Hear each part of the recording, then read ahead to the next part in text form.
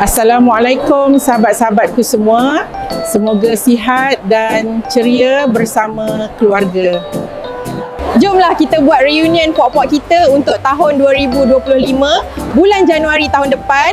Mohon persetujuan semua. Saya setuju benar kalau buat majlis reunion macam kita buat kat Zeti Roses tahun lepas. Pok Der, apa komen? Kita rancang nak buat reunion semasa Januari ni. Cikgu boleh mari tak? Mung bagi tahu je bila, di mana, insya-Allah.